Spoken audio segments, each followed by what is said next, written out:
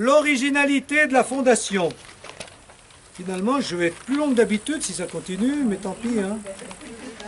Mais ça suit bien, hein, ça va, comme il y a sa vie en même temps, je pense que voilà. Entre 1839 et 1842, se formera la première véritable communauté de l'Assomption, rue de Vaugirard, cette fois avec 6 jeunes femmes de 18 à 27 ans, qui allient. Donc là, ils mettent en place leurs intuitions, enfin, l'intuition d'elle, de Marie-Eugénie et de l'abbé Combalot. Donc, ils allient l'office monastique traditionnel à la vie communautaire, basée sur l'amitié et l'humanité. Elles prennent bien soin les unes des autres, hein, quand elles sont malades, etc. Bon, malgré l'austérité de leurs conditions de vie et leur extrême pauvreté. En même temps, avant même de se consacrer à l'éducation des jeunes filles, et pour pouvoir le faire, cette communauté s'ouvre toujours au travail intellectuel, à la société, aux problèmes de l'époque, tout en encourageant la liberté d'esprit et la grâce particulière de chacune des sœurs, comme l'écrira Marie-Eugénie. Donc ce qu'elle vit elle-même, ce qu'elle est, elle veut le faire vivre par les autres. Voilà ce qu'elle écrit, une certaine liberté d'esprit qui laisse à chacune une grâce particulière. C'est beau, hein? Il faut veiller à garder en vous et pour elle, pour ses sœurs, une certaine liberté d'esprit. Il ne faut pas vouloir que la supérieure téléguide, commande, hein, la communauté. Il faut garder une certaine liberté d'esprit à toutes les sœurs de la communauté, parce que chacune a une grâce particulière. Ah, ça c'est beau, hein. On a chacun une grâce particulière. Il ne faut pas se rentrer dans des moules. Ah. Or, le problème de toutes les communautés, c'est qu'on a envie de faire entrer dans un moule, parce que ça fonctionne. Si on dit gardez votre personnalité, c'est dur à gérer. Hein. Et même pour les prêtres, c'est pareil. Hein. On voudrait que tout le monde soit dans le même moule. C'est plus facile à gérer pour un évêque. Oui, c'est ça. Ben voilà. Pour toute autorité, la liberté d'esprit et la grâce particulière, toute autorité n'aime pas bien ça. C'est difficile à gérer. Ben oui. Mais elle est pour. Et ben voilà. Donc ça aussi, c'est original. La communauté reçoit de nombreuses visites et reste en lien avec de grandes personnalités de France et d'Europe. Voilà ce qu'écrit l'auteur du livre. Ça, c'est pas sa citation, c'est l'auteur du livre que j'ai lu.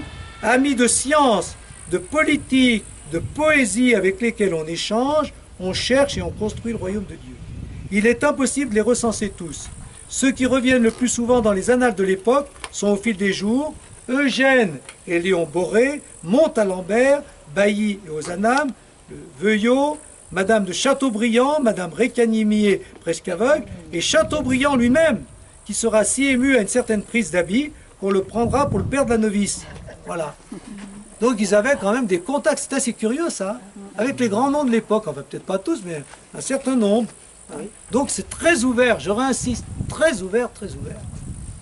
C'est pas du tout, on reste fermé sur nous-mêmes, à prier Dieu et à tourner en rond, non. La première prise d'habit aura lieu le 14 août 1840, en présence de Monseigneur Raffre, archevêque de Paris. Donc il sera tué sur les barricades quand il essaiera de faire, en voulant être conciliateur des deux camps qui s'opposent. Donc il est archevêque de Paris. En 1841, les sœurs élisent, donc ça se constitue la congrégation, donc on élit la supérieure, évidemment Marie-Eugénie. L'abbé Combalot continue de diriger spirituellement cette fondation, hein, puisqu'il a été à la base. Mais Marie-Eugénie commence à prendre ses distances en rédigeant elle-même les premières constitutions de l'Assomption dans la fidélité à la pensée de l'Église. Et ce qui devait arriver arriva, je n'ai pas tout expliqué, mais cet abbé Combalot qui avait beaucoup de personnalité, qui était un homme de feu, il n'était pas trop bien vu par la hiérarchie et par l'évêque. Et comme il était versatile et changeant, à un moment donné, l'évêque a décidé de mettre quelqu'un d'autre comme supérieur de la communauté. Alors évidemment, ça n'a pas pu bien se passer. Hein. C'est lui qui était là, et un jour, un délégué de l'évêque vient lui dire « faut partir, il y a quelqu'un d'autre à ta place ». Alors, il s'en dit gros remue-ménage, et il essaye de dire aux religieuses « on part tous ensemble ». Il veut les emmener avec lui en Bretagne ou je ne sais pas où. Et finalement, elles disent non, non, nous on va être fidèles à ce qu'on a fondé. Donc c'est une opposition forte entre Marie-Eugénie et lui. Puisque Marie-Eugénie dit non, on reste. Lui dit non, on part. Non, on reste. Non, on part. Ben, finalement, il part tout seul. Et elle se trouve démunie parce que, voilà, elle est maintenant il y a bien la congrégation qui germe, mais ça repose tout sur elle. Je n'ose pas m'avouer à moi-même l'état où me laisse tout ce qui vient de se passer. Je pleure comme une enfant. Mais elle ajoute, ça j'insiste, ça c'est vraiment de la spiritualité. Tout ce qui lui arrive, elle rebondit. Et le plus négatif, elle le transforme en positif, en signe de Dieu. Voilà par exemple, Dieu n'ôte jamais rien sans se donner lui-même plus profondément à la place. Il nous a montré que c'était lui qui faisait l'œuvre, qu'il voulait la faire seul. Voilà. Dieu enlève ton ballot, mais Dieu mènera à bien l'œuvre. Donc faisons-lui confiance. Dieu enlève ton ballot, mais il se donne lui-même. Enfin, Dieu enlève l'évêque. Hein. Bon. Donc, dans nos pires moments, faire totalement confiance en Dieu. Si notre œuvre vient de lui, elle aboutira comme il voudra, par les moyens qu'il voudra, toujours y croire. Voilà. Alors je ne sais pas si aujourd'hui il y a des fondations en cours dans notre monde et dans notre Église. Peut-être que certains, discrètement, humblement, qu'on ne connaît pas, lancent des choses qui auront un avenir.